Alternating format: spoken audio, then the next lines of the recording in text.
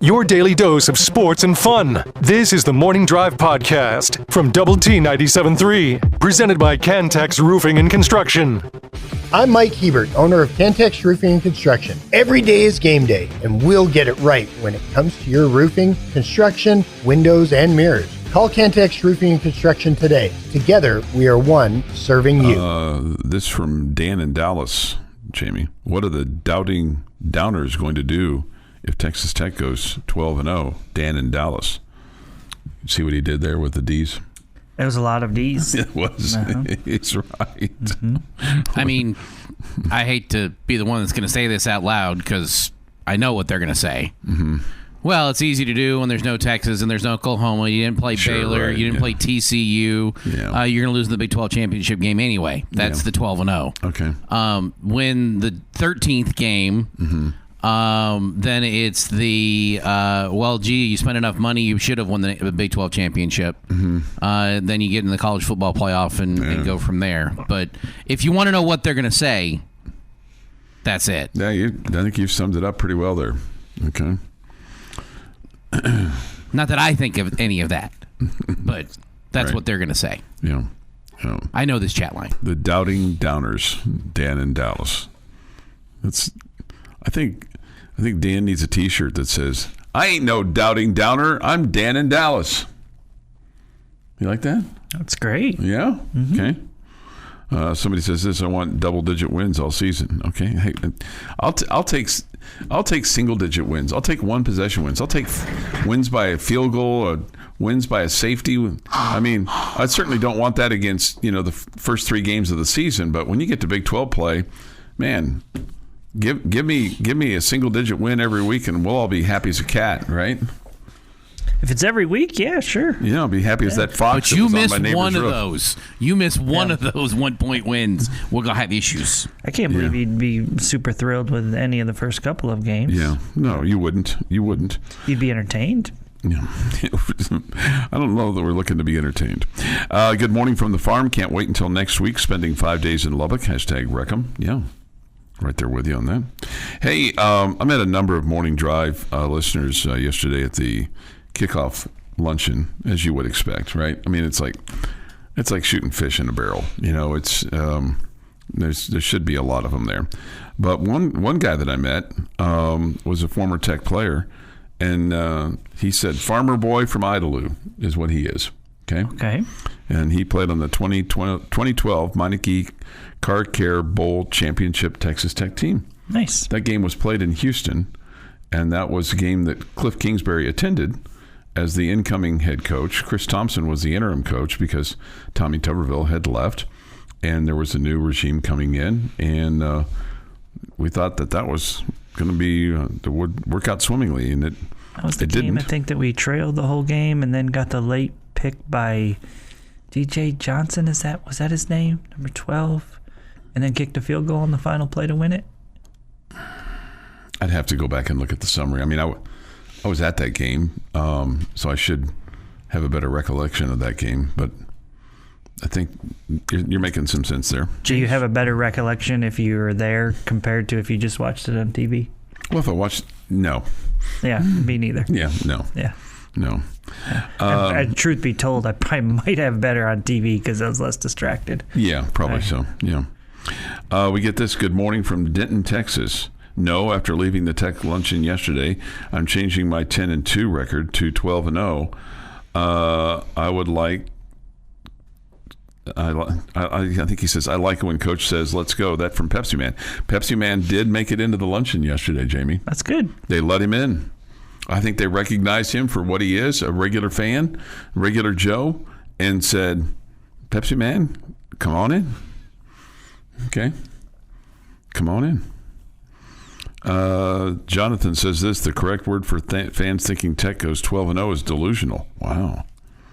Oh, that's a little negativity there, Jonathan, which brings this up from this guy. I would definitely say it's not likely for any team in the Big 12 Conference to go 12-0. It's hard for any team in Division I college football, right? Yeah, but at the same time, I don't think thinking this team is going to have 2 or less wins or 2 or less losses is crazy talk at all. Mm-hmm. I think that should be the expectation of this team. Mm-hmm. Jay says, "Happy Friday, everyone. I'm pumping that sunshine," and I'll use the word the boys use for this, fluffy and glitter all over the negative Nancys. Okay. I don't think there are a lot of negative Nancys. I don't think there are. Yeah, I'm with you. Yeah. I don't think there's too many negative Nancys. Hey, one thing that is going to happen at the first football game, in addition to hopefully a blowout over the Arkansas Pine Bluffs, saw this yesterday, and hopefully the sky will get dark enough for it. I'm sure that this will happen in the second half because it's a evening kickoff. A record-breaking drone show, Jamie. It was pretty cool the last time. It was very cool. 950 plus drones. Now, I don't know how many drone operators it takes to get to 950 drones, but I'll just say this. I'm with you. It's really cool when they do that. Mm-hmm. So be looking for that. I'm assuming in the south end of the stadium, okay? So they can showcase the south end zone with the drones. Get a nice, pretty picture. Okay. So yeah, I'm looking forward to that. 900. I'm curious as to how many drone operators you need for 950 drones. That's got to be a well-programmed machine. Yeah, I assume that it's something that's programmed by, computers. A few people, right? Yeah. It's not that they have 950 people there with a. They have a start button. Yeah. Remote hand. Right. Yeah. Right. No, you're absolutely right about that. The guy with a laptop goes play, and they all. You think it's just one? I think it's one. I think the programming of it might be 4 or 5 people that work on different sections of it, but at the time, I think it's one laptop. They set it up and hit play, and they all fly off. Where do they set them up?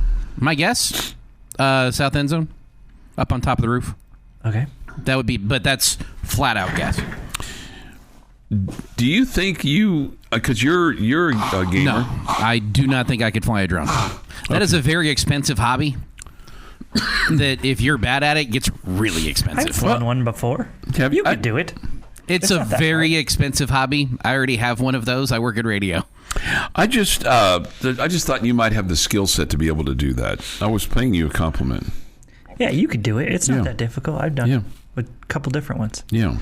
So somebody wants to know why they didn't save the drone show for another game, because who knows, you may be playing all day games this year. You got a 6:30 game against Pine Bluff, you got a 11:30 game against Kent State, and a 2:30 game against Oregon State. It's the opening game, man. Do it big. Yeah, go big and let everybody go home happy.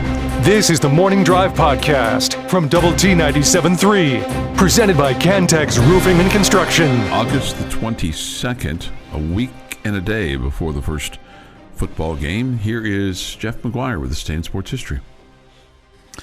Big day. 1927, Yankee slugger Babe Ruth hits home run number 40 for the year during his record 60 home run season in a Yankees 9-4 loss to the Cleveland Indians at Dunn Field. 1959, American Football League is officially named at a meeting in Dallas.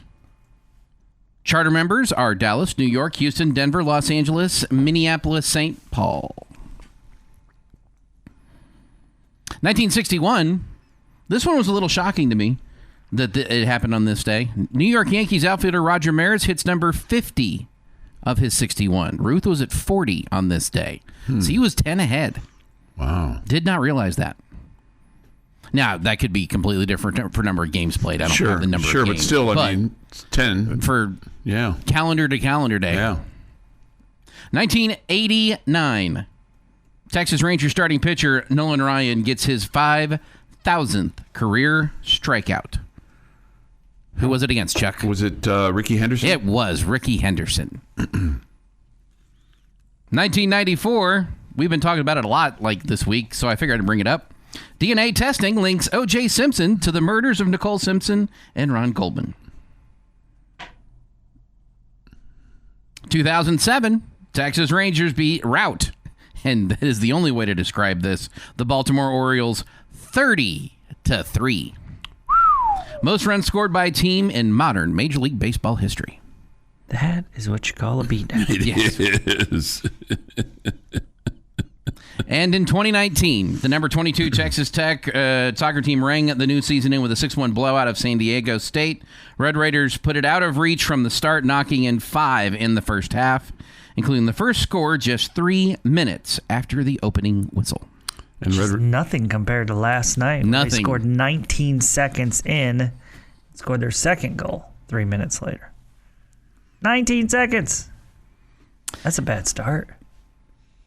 For the other team. Yes, very much so. Yeah, right. Well, it's a good start for the Red Raiders, right? It is National Spumoni Day. Out. Who?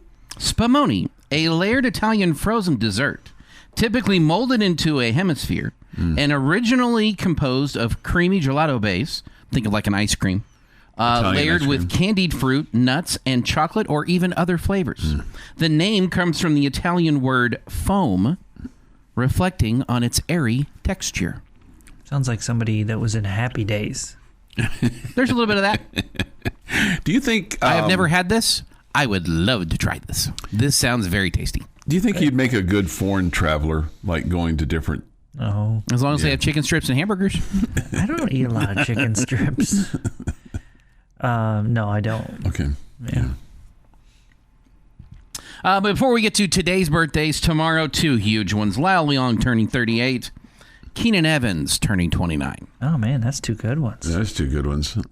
Today, Tori Amos is 62. Carl Yastrzemski, 86. He's still alive. Still alive and kicking. Darren Jackson, 62. Paul Molitor, 69. Bill Parcells, 84. And LaMelo Ball is 24. Wow, Carl Yastrzemski is only 2 years older than Bill Parcells. And on this day, 1911, amateur painter sets up his easel in front of Leonardo da Vinci's Mona Lisa at the Louvre in Paris. Nothing spectacular about that, except he looks up, no Mona Lisa. Earlier that day, or quite possibly earlier that from the night before, Venegro Perega, no way I got that right, but he's a criminal, so I don't care, walked into the Louvre, removed the frame from the painting off the wall, hid it beneath his clothes, and left. Wow. Just walked out. 2 years later, after little to no clues were found, he called in a ransom for the painting and was arrested when he tried to collect it. So yeah, Kind of impressive. 1911. 1911 walked into the Louvre and went, I'll take this one, please. It's impressive that he got him out of there, though. Got it out of there. And that is this day in sports history. This day in sports history. 6:49 this morning here on the Morning Drive. Thoughts, comments, Yates Flooring Center chat line. Go to WT973.com for that, of the mobile app. The Visual Edge IT hotline, it too is open for you at 806-771-0973. Well, the Texas Rangers will try again tonight. They lost yesterday afternoon in Kansas City, so they fell in 3 of 4 games there. And they'll take on the Cleveland Guardians tonight. We'll have it for you at 6:30 with Balls and Strikes at 7:10 tonight. The Astros will continue their series with the Baltimore Orioles. And that's in Baltimore. So the Astros were winners yesterday, 7-2 over the Orioles. I have a feeling they're going to feast this weekend. Okay. I just have a feeling they're going to feast. That could be good. And they're now at 70-58. The Orioles are 59-68.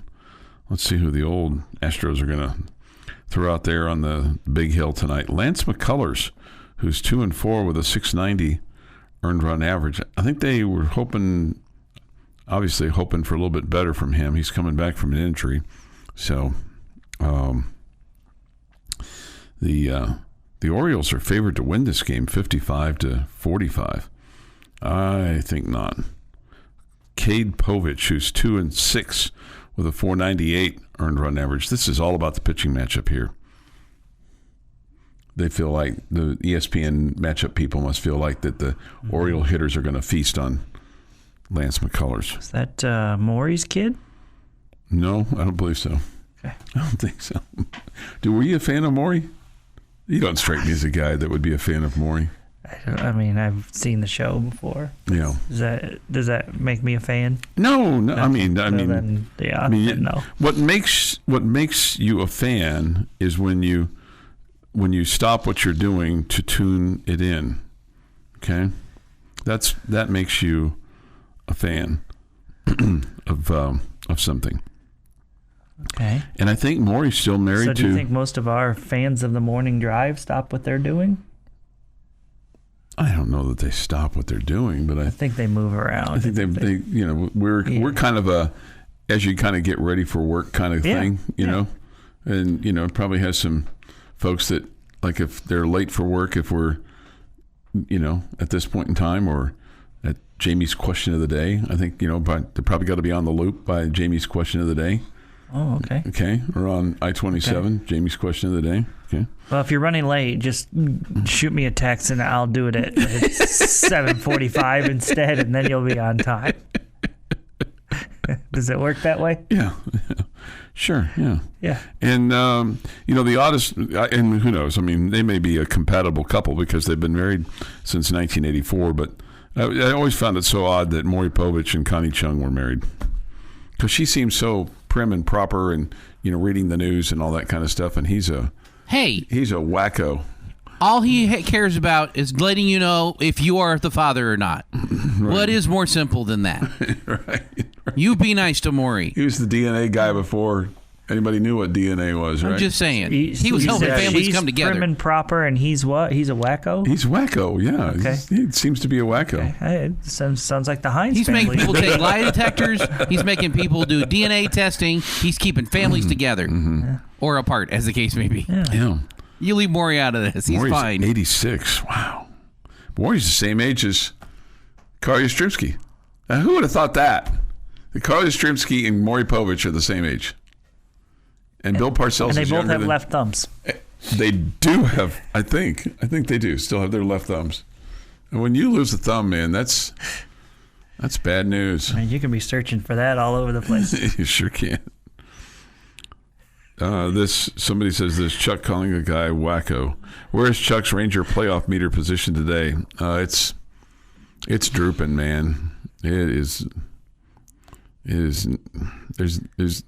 It's no registering. There's no pressure in it right now. It's just muddling. Needs to be primed. The Morning Drive podcast from Double T 97.3 is presented by Cantex Roofing and Construction. Thank you for being with us today, Jamie, Jeff, and I. Yates Morning Center chat line is open. Hey, one quick question for you on the preseason. I think that I'm going to get a resounding yes. Drop another preseason game and add another regular season game to make it 18. I would be fine with that. Okay. I'd be fine with that. I don't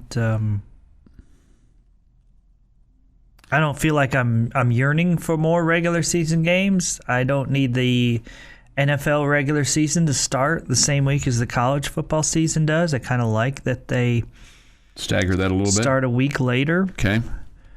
So that was going to be. I think I'd prefer to keep it at 17. Okay. Jeff? There's an element for these NFL teams that the preseason benefits exponentially more than what we comprehend that it does. And that is the guys at the end of the roster.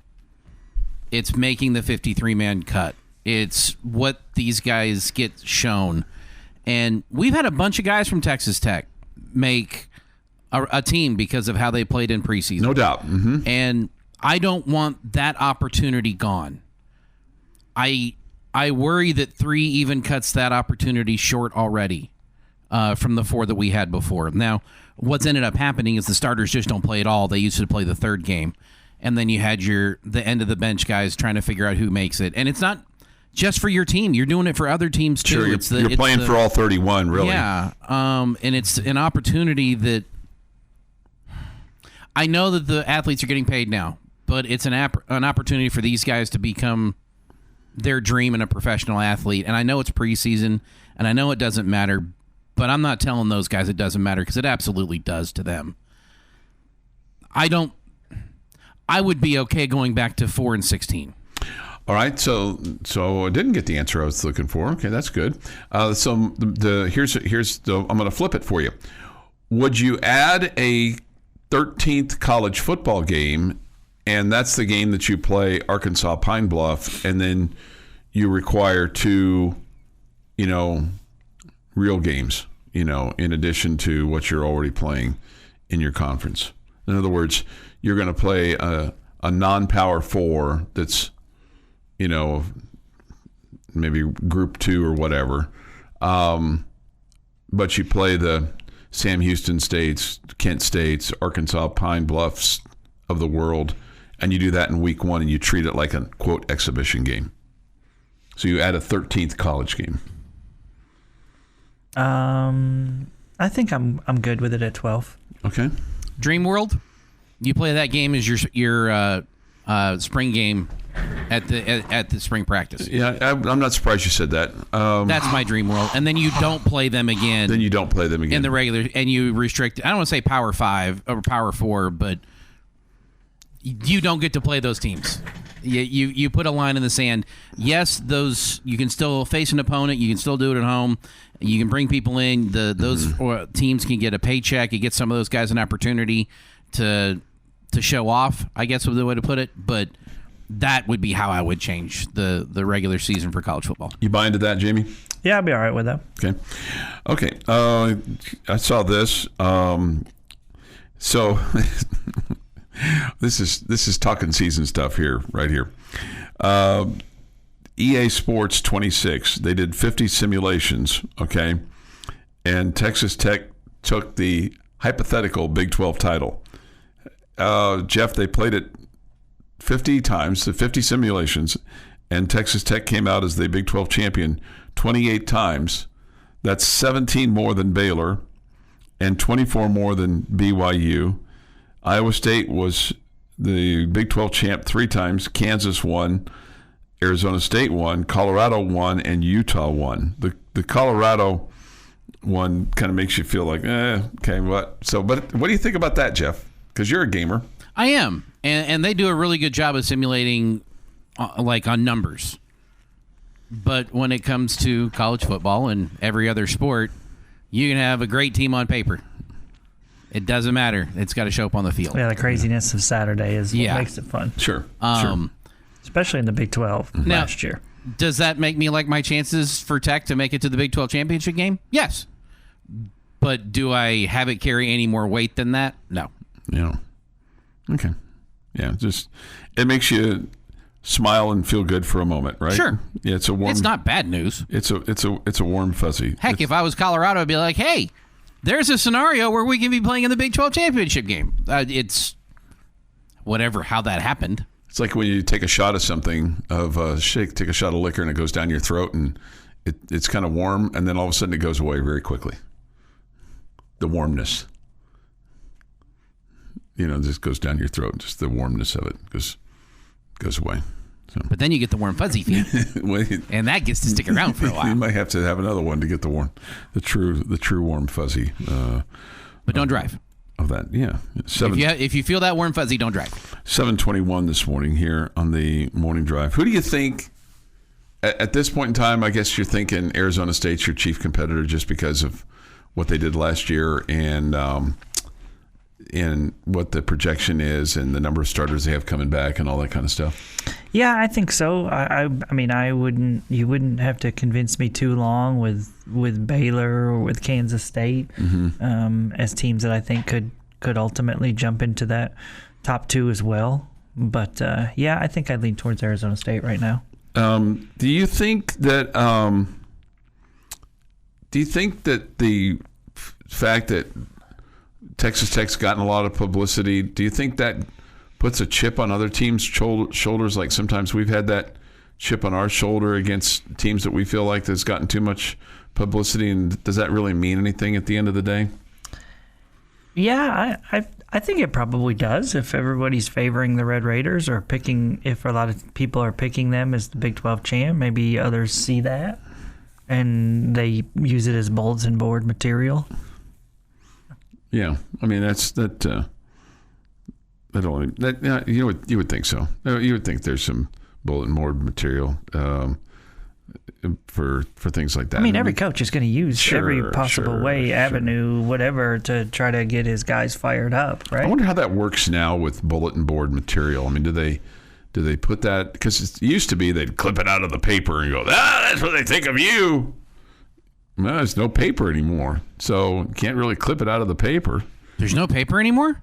What was I writing on a minute ago? But I'm just saying, you know what I'm talking about. I mean, do they? There's still printers. I know, but You I can mean, print it from the website. It's not the same as putting a yellowed, cut out piece of paper up there with it, circled or highlighted or something like that, and you got to go up there on the board and scrunchy read it, and what are they saying about us? And I'm sure the coaches just tell the guys, when they're in meetings, hey, I read this about us. They don't think we can do this, or they don't think we can compete with this team, or they think this is the best team, and they do this very well, or yada, yada, yada. Yeah. Maybe they just forward it to them like in an email. Maybe so. Maybe just send them a link. I know, but it's just how many different places on a dry erase good. board on Tech's football practice facility complex do you think the number 15-1 is written on dry erase boards? It's becoming more prevalent, right? How many, when you get to the insert whatever week here, do you think that you wrote, like the Kansas State week, you go back and find the last score of the last Kansas State game. How many times do you think that's written on a board, dry erase board somewhere? Just the score. Just let it sit there. You're talking the 15-1 thing over the tortillas? Sure. That team doesn't care. They may. Those players don't care. No, but they get behind things.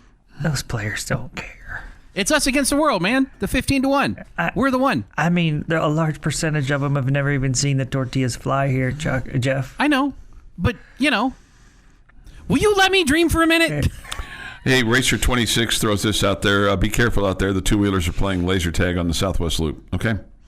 Thank you, Racer 26. And he has met up with him most recently. More recently than me. Not that I'm throwing shade, but there's a little shade. I'm on a pretty good streak right now of avoiding the laser tag. Knock. Your daily dose of sports and fun. This is the Morning Drive Podcast from Double T 97.3. Presented by Cantex Roofing and Construction. Jamie's question of the day on Double T 97.3 is brought to you by Connecticut of West Texas. All right, very simple question for you guys here. Give me two teams in the Big 12 Conference that you think are going to be better than maybe people expect them to be. Two teams that you're higher on than most are on them. I think that Oklahoma State is going to be better than people think. How much is better? What are they going to be? I think they'll be a bowl team. I think they'll be a bowl team. Yeah, I'll go with you on that. And I think West Virginia is going to be better than people think in Rich Rod's first year. I don't think they'll be a bowl team, but I think they'll be close. They'll be more. The people of West Virginia will feel. I'll speak like them. They'll feel more better about their team than they did. Okay. Just a gut feel because they got one of their own, and I think they'd rather go 5-7 with Rich Rod and feel like there's got a future than looking even better at 5-7 with Neil Brown or an outsider because he ain't from around here, boy. And I think that's real important to those people up there in the hills. Okay. I don't know how to follow that. It's like he's trying to sound Texan to mock the West Virginia people. Yeah. I'm confused. I'm just telling you that they like one of their own up there, coming down from the hills and, coal miner's son. And, he used to drink hooch with us. And well, the song is Coal Miner's Daughter. But this... I know, but he's a coal miner's... I think he's a coal miner's son, too. But this is the same voice and that you used for Tim Tadlock. No. Tim Tadlock's is much slower. Jamie, we're just not like them people in West Virginia. Okay. I don't know how to follow that. I'm going to go quickly. I think Kansas is going to be better than people are thinking they are. I liked what the Jayhawks have done over the last few years, that they've steadily improved. I don't know that they're going to be like 5 games better than they were 4, but I feel like Kansas is putting together a legitimate football team. Like a team that you're going to have. They're not going to be the pushover in the conference anymore with what their head coach has done. And to his credit, that they have stuck with it and built that program. And man, it's hard to come up with another one that I just think is going to, because like my default answers with this would be Kansas State, but everybody's kind of on board that Kansas State's going to be pretty good this year. Yeah, I think they've got a pretty good resume over the years. And I think Iowa State's going to be good, but I don't know that I've got them any higher than anybody else. I think Colorado has kind of picked about where I would pick them. That they've lost an awful lot. I think they could be better than what we picked them, but I don't know that would be my answer to this question, because they're filling so many holes. And that's kind of the difference in a lot of these teams in the Big 12, that you've gotten 2. One of them didn't have many holes, and one of them got all their holes filled from the transfer portal for the improvement that people are high on, that everybody else kind of has to shuffle down a little bit. I guess Oklahoma State, because they're going to win a game, but I don't know that that's better. Maybe Baylor. Maybe Baylor's my other answer, but Baylor's also the conversation that they could be in the Big 12 championship game across from us. So you said you were going to make this simple. Was there an answer? Was there an answer in there anywhere? Kansas and Baylor. Kansas and Baylor. Okay. Talk myself out of an answer and then back into it. Okay. First for me is Iowa State. I don't think anybody really considers them a team that's going to contend for the title, and they obviously were in the Big 12 championship game a year ago. They bring back a veteran quarterback. They have a good coach, so I'll be surprised if they're not somewhere in the mix there in the top 4 or 5 in contention. So I don't think they're just suddenly going to drop off just because they lost a couple of wide receivers. The other team for me is a little bit more difficult, but I think it's Kansas for me. I think that the way that they finished last season so strong, and Jalen Daniels kind of figured it out. His turnover problems were a major reason that they were losing so many of those close games early on in the season. So I expect the Jayhawks to be better. I think they're usually picked by most people around 6 to 8, 9, something like that. I wouldn't be surprised if they finished inside the top 6 and maybe even inside the top 5. And you kind of have that game circled here as a game that could be a little more difficult than what people think. Possibly so, yeah. I mean, but you've kind of said that, right?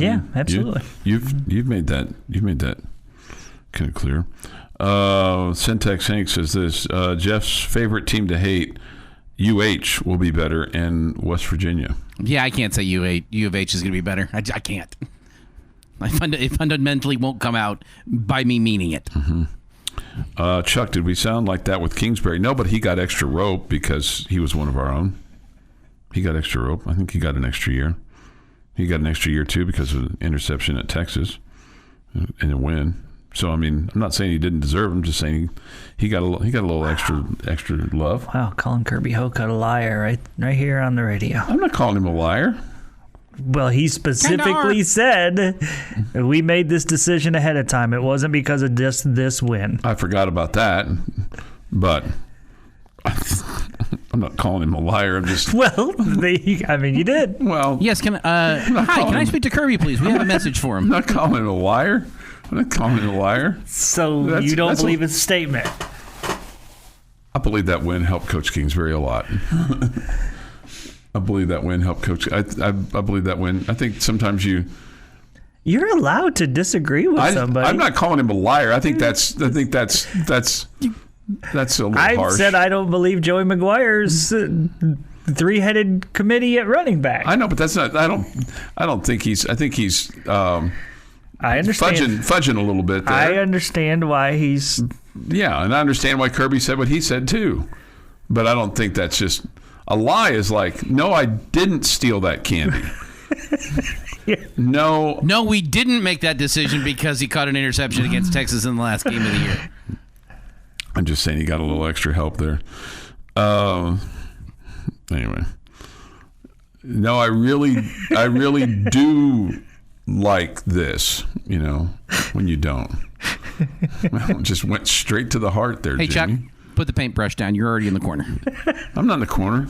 You have painted yourself into a corner. It's fine. I'm just going to say this. Let the paint drag will be... That win over Texas saved his job. The Morning Drive podcast from Double T 97.3 is presented by Cantex Roofing and Construction. Thank you for being with us today. We'll make predictions at 8:30, and we'll have some football games to make predictions on.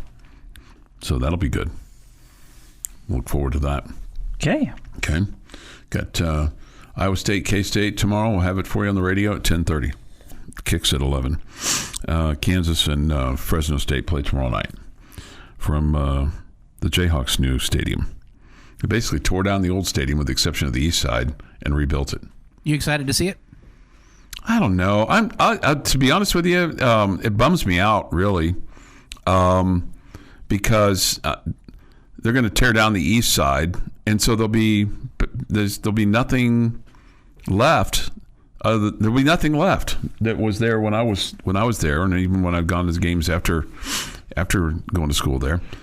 I really like what they've done at Jones Stadium. You've kept the basic bones of it. I mean, it's a lot different than what it was 30 years ago. But there's basic tenets of the stadium that are still the same from its original roots. And I've always the neon sign is still on the building. It's just on the side instead of on the main marquee. It is, but I mean, on the east side, the basic stands and the basic stands on the west side are still there. I mean, there's basic things around it that you go, oh yeah, I remember that. I didn't remember that. And obviously, the north end zone's different, and the south end zone's different, and you put club seats on both sides now, and press box is different.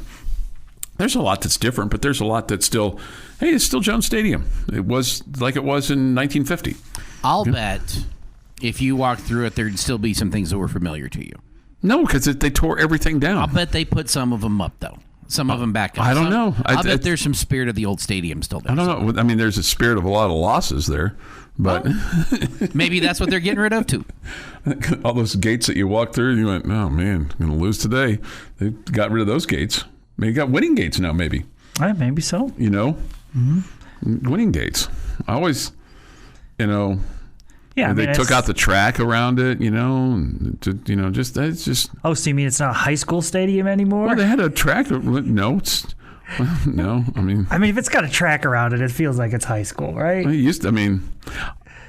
I don't think there was ever a track around Jones Stadium. There was a track. There was a track at Memorial Stadium there in Lawrence. Yeah. I would say, I grew up as a Red Raider going to basketball games at the Coliseum, mm-hmm. but man, we have it much nicer now. Mm-hmm. Okay, so maybe I'll feel that way. I'll accept everything's way better over this wasn't the way when I was here. Okay, all right. I mean, maybe it's just different for football than it is for basketball. But they would never. I say never. I don't think they'll ever tear down Allen Fieldhouse and rebuild it. The problem is they're maxed out on, almost maxed out on what they can generate from a revenue standpoint out of it because there's no suites there. But they keep kicking people out of seats and letting people that have fatter checkbooks sit in the seats that people have been sitting in. I don't like how they've done that. I don't like when any sports team or school does that to people that have been loyal for 50 years, and you start winning, and then you kick them out because they can't afford to buy those seats anymore because you've priced them out and they've been loyal for 40, 50 years. And that's happened here. It happens everywhere. I don't like that when that happens. Somebody says there was a track around the Jones. Okay. How long has there not been a track around the Jones? Boy, I'm not surprised that there once was one. Yeah. But how long? It's that was be something you did in the 80s. I'll bet that went away when they shifted the stadium over. I'll bet that's when it went away because I don't remember it ever being here since '97. Well, when I got here in '90, there wasn't a track around it. I'll believe. Shockingly enough, I got here in between you two. Also, no track. They could have put it in and then taken it out. That could have happened. All right. Let me. I know this is kind of boring talk, but I think we got to talk about it a little bit. Jerry Jones on a.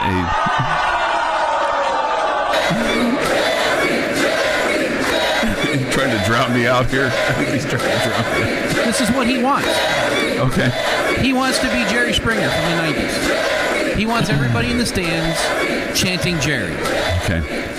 And have all the drama that show entailed. On his on yesterday's episode of a podcast that Michael Irvin does, Jerry Jones apparently was on it, and he said that he and Micah Parsons had come to an agreement on a new contract, and that when the Cowboys sent the details to Parsons' agent, Jerry said, when we wanted to send the details to the agent told us to stick it. Okay. He added that he and Parsons had hammered out the contract length and guaranteed money. The Cowboys owner accused Parsons' agent of spiking those negotiations. We had our agreements on term, amount, guarantees, and everything.